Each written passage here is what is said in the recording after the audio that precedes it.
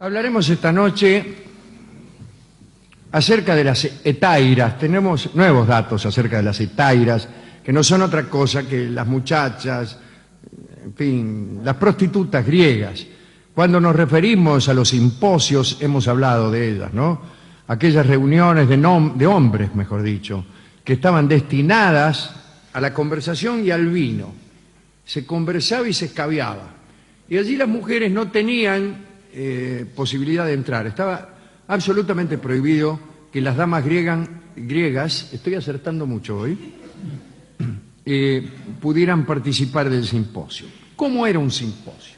Venían unos tipos, tomaban vino y alguien planteaba un tema cualquiera y discutían, porque sí, por el placer de la discusión, por el placer agonal de la discusión. Es decir, les complacía argumentar en un sentido y otro, y les complacía muchísimo saber cómo el idioma era un instrumento adecuado para esa exposición de ideas, que iban pareciendo más o menos razonables según se argumentaba. Le habían puesto nombre a las figuras que esos discursos dibujaban y a las argumentaciones que allí se trazaban y a las estrategias que se desarrollaban. Eso era un debate, porque uno estaba incluso complacido por el discurso del adversario y porque no eran, como dijo alguien acertadamente el otro día, monólogos antagónicos, sino era una construcción discursiva alrededor de un sistema de argumentaciones. Ahora bien, los griegos tenían un defecto. Les gustaba tanto eso que no les importaba la verdad. Les importaba el acierto con que argumentaban. Y a veces se complacían en defender posiciones opuestas con la misma destreza, porque lo que les gustaba realmente era debatir. Vale la pena, creo, decirlo en este tiempo, en donde nadie tiene la menor idea de lo que realmente un debate pueda ser. Y a mí me parece que en el verdadero debate, el principal interesado en los argumentos del otro es uno. Los argumentos que más interesan al buen participante en un debate son los de su adversario, porque después de todo, lo de uno ya los conoce. Pero eso es cuando los dos adversarios están interesados en el manejo de la inteligencia, o si usted quiere, en la verdad. Bien, el caso es que las mujeres no podían ir, pero las hetairas sí, porque brillaban con su inteligencia y con su conversación. Aquellas cortesanas refinadas se diferenciaban de las pornai, que eran lo que podríamos llamar meretrices comunes. Las pornai trabajaban en su casa, que de algún modo estaba autorizada, ¿no? Fiscalizadas por el gobierno. Puede decirse que eran empleadas del Estado, las muchachas. Y quien pagaba por encontrarse con ellas, pagaba también una tasa que pasaba al tesoro de la ciudad o Estado.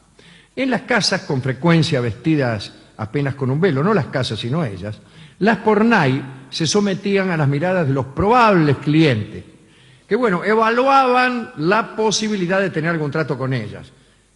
Desfilarían, me imagino, ante los observadores, varias de ellas, y estaban protegidas, por otra parte, ya que proporcionaban efectivamente buenos ingresos al Estado, y estaban protegidas ¿contra qué? Bueno, contra la vejez. Había como una especie de seguro o subsidio cuando los encantos se perdían. La mayoría de estas casas donde trabajaban las pornai estaban en el Pireo, el barrio del puerto. Por encima de las pornai, en una jerarquía superior, se encontraban las auletris. Hemos dicho que de todos modos, por arriba de todo estaban las hetairas. Las auletris eran animadoras adiestradas, expertas en tocar la flauta, como su nombre parece indicar, la flauta áulica. También eran expertas en la danza y desde luego en el amor, pero tal como acabamos de indicar innecesariamente, en el escalón superior estaban las hetairas, que tenían el don de la conversación ingeniosa, además de los dones amorosos. Mientras las hetairas seducían a los ciudadanos con su ingenio y con su música, ya que ellas también tocaban instrumentos, para las esposas, para las muchachas decentes, la mejor virtud era el caliar, o en tal caso la brevilocuencia. Era una sociedad verdaderamente cruel con la mujer, bueno, como tantas otras sociedades. Las esposas estaban obligadas a la fidelidad conyugal. El marido, en cambio, estaba autorizado a tener no muchas amantes, pero una. Y Demóstenes, aquel orador que, según se cuenta, se adiestraba poniéndose cantos rodados en la boca, fue el teórico de esta abominable costumbre de permitir al hombre una infidelidad que se castigaba a la mujer. Decía Demóstenes, con la boca llena de piedras, que el hombre para estar bien debía tener alguna cortesana. Bueno, esto es lo que yo llamo un pensamiento. La gente cree que eso es un pensamiento. El hombre para estar bien debe tener una cortesana. Dice, y hace así con la cara. Le faltó decir para mí. Para mí, el hombre para estar bien debe tener una cortesana, o le faltó decir, siempre digo que. Bien. ¿Por qué no dos? Es la primera pregunta que a uno se le ocurre. ¿O por qué no un árbol? El hombre para estar bien debe plantar un árbol o lo que sea. Bien. En tal caso, lo que se decía era que el hombre debía tener una cortesana con la que mantenerse en forma sensual y espiritual. A la esposa la ley le prohibía, además de la infidelidad, los juegos, digamos. Acá dice el deporte es otra idea distinta. Los juegos agonales y el teatro. En algún caso, que te prohíban el teatro puede llegar a ser una suerte, verdaderamente. Según Graves, la condición de la mujer era aún peor en la Grecia del siglo de oro que en los remotos tiempos homéricos, cuando por una mujer, digo en los tiempos homéricos, Helena, pongo por caso, se desencadenaba una guerra. Bien. Homero siempre les daba un lugar preponderante en sus historias a las mujeres. Al respecto dejo por ahí para que se caiga, una teoría que se manejaba hace algunos años, conforme a la cual la Odisea, ya que no la Ilíada, había sido escrita por una dama y no por un señor. Bien sabemos que también hay dudas acerca de la existencia de Homero, no se sabe si ha sido 1, 10 o 15 escritores, pero bien, esta teoría interesante que implicaba un análisis literario de la Odisea, desde luego, y la conjetura, aventuradísima, por cierto, de que había sido una mujer la que había escrito. Volvamos a las hetairas, posibles amantes de los maridos autorizados, eran las mujeres que sobresalían por su gracia en el espíritu y las únicas a las que se les permitía el chamullo en el simposio y nada más, mucho más no le permitían tampoco. Vestían túnicas de acuerdo a las prescripciones que ignoro por otra parte. Bueno, entonces digo, vestían túnicas, eran mujeres libres, pero se las excluía de todos los templos, menos uno, que era el de Afrodita, la diosa del amor, desde luego. Dice nuestro amigo Burckhardt, no era estrictamente el trato sensual el que determinaba sobre los atenienses la admiración por las hetairas. Había un agrado de refinamiento que enamoraba a los griegos. Las más famosas hetairas fueron Aspasia, nada menos que la favorita de Pericles, Friné, de quien hemos hablado, aquella que para demostrar su inocencia en un juicio se desnudó. Y el juez, a la vista de aquella belleza, dijo, señores, el que puede lo más puede lo menos. Era un juez petrarquista, desde luego. Hay otras, sin embargo, además de estas que ya hemos citado aquí, de estas dos, hay otras que hemos citado, digo, aquí en este mismo programa muchas veces. Platón andaba con una, la iba a visitar mucho, se llamaba Arquenasa. No es muy lindo nombre, Arquenasa. Si yo te pregunto cómo te llamás, me dicen Arquenasa, y ya me gusta un poco menos.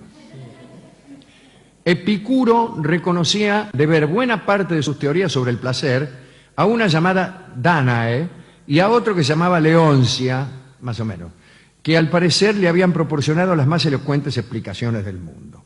Sófocles mantuvo prolongadas relaciones con Teórida y una vez ya cumplidos los 80 años inició otra con una tal Arquipas.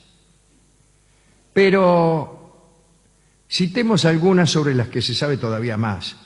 Ahí estaba Clepsidra, que como su nombre sugiere, colocaba un reloj junto a la cama y despachaba a los amantes cuando había caído toda la arena. Tómesela, terminó la vuelta, prontito por la salida. Una tal Cirene era muy solicitada porque parece que conocía 26 formas distintas de efectuar el acto amoroso y que dirigía los movimientos de sus acompañantes como quien estaciona un auto, ¿no? Que no lo distancie, tírelo un poquito para atrás, dele todo. También estaba Lamia, que exigió que Demetrio Poliorcetes, que era rey de Macedonia, le pagara 250 talentos, que era muchísimo, era todo el té de la China, a cambio de sus favores. Y Demetrio accedió y pagó dicha cantidad poniendo un impuesto sobre el jabón, un impuesto que subió tanto en Macedonia que se acusó a Demetrio y a su enamorada de hacer de los macedonios las personas más roñosas de Grecia, porque nadie se lavaba, por lo caro que resultaba el impuesto. Otra famosa fue Laida, de quien se hacían algunos comentarios acerca de su aspecto. Había un viejo escultor que se llamaba Mirón,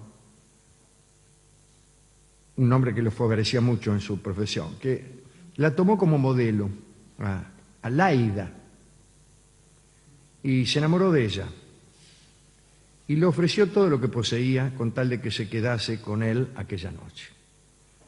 Y Laida lo rechazó. Al día siguiente, se ha contado mucho esto, ¿no? Mirón se cortó la barba, era un viejo, ¿no? No quiere decir que el que tenga barba sea un viejo. Aclaro esto en medio del relato. Se tiñó el pelo, se puso una túnica juvenil, color púrpura, se pasó una capa de carmín sobre el rostro y buscó a Laida y le pidió lo mismo que el día anterior. Y ella le respondió: amigo mío, no pienses obtener hoy lo que ayer rehusé a tu padre. Si no está mal. Bueno, Laida fue una mujer extraordinaria, no solo por su belleza. Muchas ciudades se disputaron el honor de haber sido su cuna, bueno, como suele ocurrir con las personas extraordinarias. Parece que Laida era en realidad de Corintios, pero decían que había nacido en Tacuarembó. Rechazó, eso sí, las ofertas millonarias de Demóstenes, aquel de las piedritas, pero por ahí se entregaba gratis a Diógenes el can, ¿no? Aquel que dormía en un tonel sencillamente porque le gustaba. Bien. No sé si porque le gustaba a Diógenes dormir en un tonel o porque le gustaba a ella entregarse gratis al que no poseía. Bueno, no importa.